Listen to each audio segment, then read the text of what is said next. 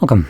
In front of me is an Honor Magic V6, and today I'll show you how you can record screen on this device.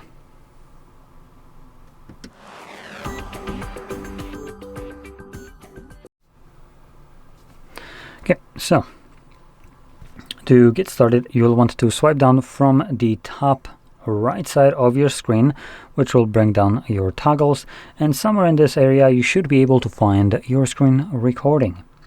Now for me, if we swipe down once more, you can extend it and hopefully you can find it somewhere in here or not. Okay, so if it's not visible, we can click on the, I believe it's going to be this button right here.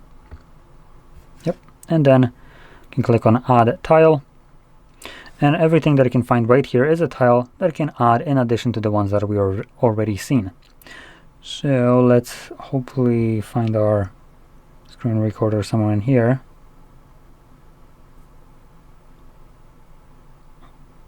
Am I seriously this blind? Where the hell is it?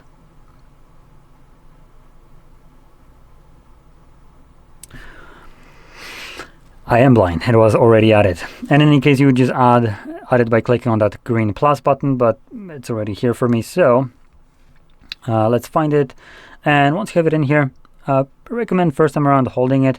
This will take you to the settings where you can change things like, for instance, the audio. So you can select to record system audio, microphone, both if you check both of these boxes. But if you're planning to do that, I recommend using headphones or earbuds, anything like that, or maybe turning down the actual volume on your phone, as if you don't, the microphone might pick up the sound that the phone actually makes through the speakers and record it the second time around, which would create an unwanted echo effect. Now, second thing in here is the video quality. Right now it's set to the medium. Yeah, we're not doing that. We're going to be selecting it to high.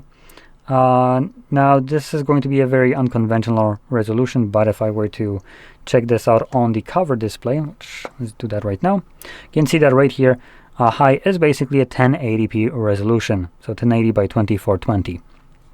So this is, I would say, bare minimum of what you would be looking for, yeah, so that's what you want to select. And also, when recording your screen, you might want to do it when the device is closed, so on the cover display, as that has a bit more normal aspect ratio. If you record it on the internal one, you get this square-like aspect ratio, which for, I don't know, social media and other places, this isn't necessarily aspect ratio that you'd want to use, while the cover one would be more in line with what most people would be viewing. We also have the pure mode. This would get rid of all the notifications and crap like that from here, so it wouldn't show up on the recording. And lastly, we have show touches. This will record a semi-transparent gray dot where your finger was pressing the display. I'm going to keep this on just so you can see how that looks like. So anyway, from there, let's close it up and find the toggle once more and simply tap on it. First time around, it will give you this window, allow screen recorder to record audio. We're going to select while using the app. Screen record. During screen recorder, all operations on the screen will be recorded. That isn't correct, but for the sake of it, most of it is true. Most applications and most activities will be recorded. This feature requires access to the microphone. Obviously, we already gained permission, so let's select OK. And you can see it's now recording. So let's quickly check. Do I have anything that I can't record in here? It looks like that's a no. Okay. So I'm gonna first just open up things that I can normally record. It's the weather, maybe.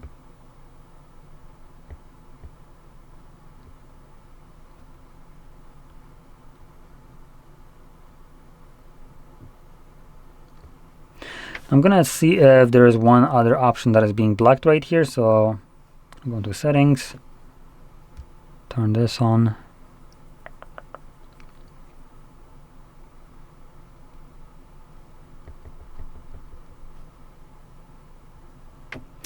Now this was just me trying to test something out that we'll see if it impacted it or not in a second. To stop it, click on this timer that was visible right here and then select the red square icon, and this will save it. gives you a quick preview of it. We can click on it to start viewing it from here, but it does disappear on its own after a moment.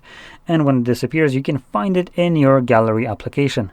Now this is the gallery from Honor. There's also Photos application from Google. As you can see right here. I'll be using the Honor version as I just prefer something that isn't from Google. Now your screen recordings will be visible in the Photos tab, which in this tab you'll also find screenshots, photos, videos, and any other image or video that you might have gotten on your phone as a memes or other things that you've downloaded, or WhatsApp images that get automatically downloaded as well. So what I recommend doing is maybe getting used to finding your screenshots and screen recordings by going into albums, and in albums looking for screenshots. Now screen recording isn't a screenshot, but it is housed in between it. So here we have screenshots and screen recordings all together. And let's see, can we change this? No, we can't. So you'll need to deal with this as it is right here, mixed between screenshots. Now you can clearly find it by the fact that it does have a timer. And it's already playing back. So you can also see this dot. It will be visible a little bit more in the weather application that I opened.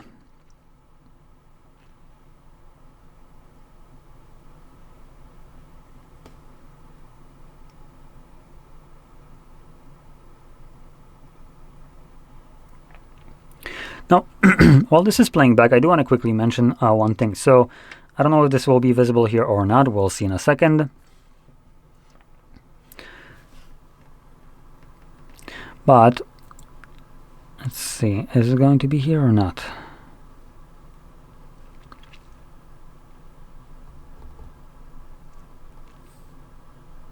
Okay. Oh, no, there it is. Okay. So this what you just seen is effect of a feature that is part of Android designed for privacy and security of the user. It only appeared when I was typing in my password, as you clearly seen. Just to showcase this once more. Yes, you can see that right at the end. So right here, I go to type in the password and you can see, boop, it automatically blocks it from view. So this is designed to protect you in case you have some kind of malware that would be using screenshots and screen recordings to try to see what kind of pins or passwords you use to access different applications. Now, this is good. It might be annoying in certain cases, but it is, I would say, pretty good for your security. And now you'll most commonly encounter this in, for instance, bank applications. They do it to obviously protect your funds, and it might be annoying that you can't capture a screenshot, for instance, of some transaction, but banks do give you the option to usually download the confirmation of a payment that you have made as a PDF file. So not really that big of a problem. Now, where I do find this to be problematic is when you move into applications that do streaming. Here we have, surprisingly, none of them. Interesting. But most phones do have some kind of bullshit partnership with Netflix, and Netflix comes pre-installed with most devices because of that. Now, Netflix, you might have not downloaded it yourself. Shit, you might not even own an account with them, or never did. If you open that application, it will block your screen recording. I find this to be absolutely unacceptable, as I have never given it permission to do so, and it's not protecting my privacy and security, and it never even asked to do so, or I never given it permission to do so. And because of that, I will be showing you how you can circumvent this BS, because they're not doing this to protect you, which the feature is designed to. They're doing it to protect themselves from piracy. Now, I, as a user of my own device, couldn't give two fucks less about what Netflix as a corporation is doing on my device to protect themselves. They can do it on their own goddamn servers. Fuck off from my phone. So, for those purposes, I'll be showing you how we can just kind of ignore this. Now, we're not going to be using Netflix for this, because if an application decides to block it, that's it. You don't have the option to change this, turn this off, or anything like that. So you'll need to find alternative means to view whatever you're trying. And luckily, when it comes into shows and movies, we have plenty of alternative ways to achieve that. Now, let me just quickly connect to network, just so I can go to the browser.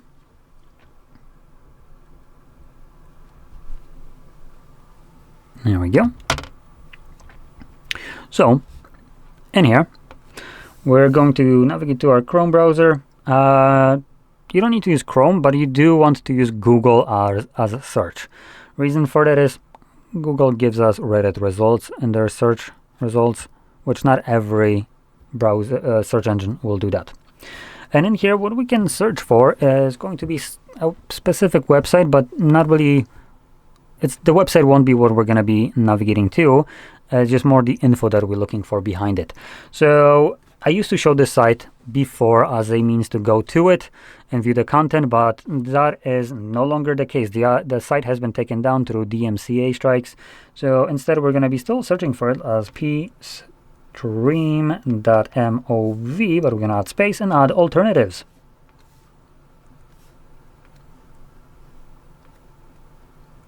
There we go. Now you can search for other things, maybe something like, for instance, free alternatives to Netflix, Hulu, Apple TV, or any other streaming platform, and look specifically for Reddit results. They might not always be the first result, but if they are, that's good. You're primarily going to be looking for the r/piracy. I'm going to talk about piracy in a second, a little bit more, but first let's just open this up. And in here, if we scroll down, you have a couple links. Now, I don't know if any of them even work, to be completely honest. I know the first one does not, but depending on how you search for it, you'll find different subreddits or different threads like this one with different links. And I can tell you that one of them does have a literal link to a website that tracks all of them along with their alternative domains. So on one of those, there might be just a single link, but that single link will get you to a site where you have dozens of all options. And it's nice because not all of them are equal. As you can see, there is something like other, no ads, which means that these have ads. And these, for instance, this first one, oh boy, is it a piece of shit. These accounts have the audacity to allow you to view copyrighted content, which they obviously don't own or pay for, but also have the audacity to give you annoying ads while they're stealing content. And those annoying ads basically show up by taking you to a new tab with the ad anytime you tap on a display. Seems a little bit bullshitty, so I would recommend skipping sites like that. In there, whatever you find that will work for you, you can then view any of these shows and movies from there, capture it, because at that point, capturing is allowed in your browser, as this is going to be running strictly through your browser, which, because the browser doesn't block it, no matter what the content you're viewing, for instance, if you were planning to capture something like Stranger Things, that is a Netflix, exclusive, on Netflix you can't, but if you view it through a browser, now you can, because browser cannot block it anymore, or whatever content is viewing cannot alter how your browser operates. So that's going to help you circumvent this. Now let's talk about the legality of this. I am in no way a lawyer. This is just as far as I understand it. So take that with maybe a grain of salt or a couple, kind of salt-based style.